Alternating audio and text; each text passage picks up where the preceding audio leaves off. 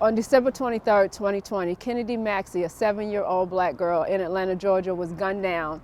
3 days later, after lying in critical condition, she died the day after Christmas. The suspect, an African-American male, in an altercation in a parking lot. She caught a stray bullet.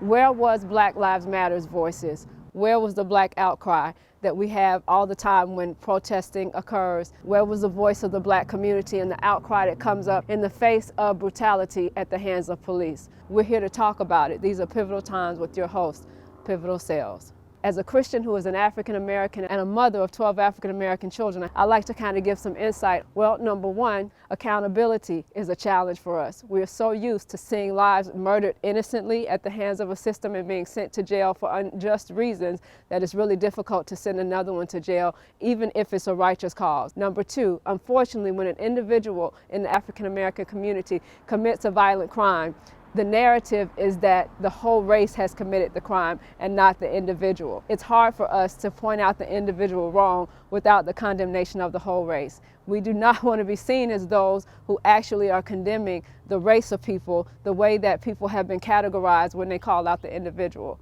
This happens often when people like Candace Owens took a position on George Floyd that said that a prior criminal background actually causes just cause for instant death penalty on the spot. Amendment rights to a fair and just trial is still the right thing. But when a member of the white community does the same, they are tried as an individual and not as a race. Even when mass shootings occur at the hands of white male youth, they are seen as individuals, not as a reflection of a troubled group of people. Police help them upstairs, help them back down the stairs, but when individual African Americans are walking back to their cars in the face of their children, they are gunned down. Outlandish? Well, that's the evidence. What do you think about it? Black on black crime is actually a reflection of the devaluing of black lives. It actually supports the fact that Black Lives Matter because we find that Americans, whether they're African American or white, do not value the black life in the same way. Whether it's one black killing another or a cop killing an African American, the devaluing of lives is the issue.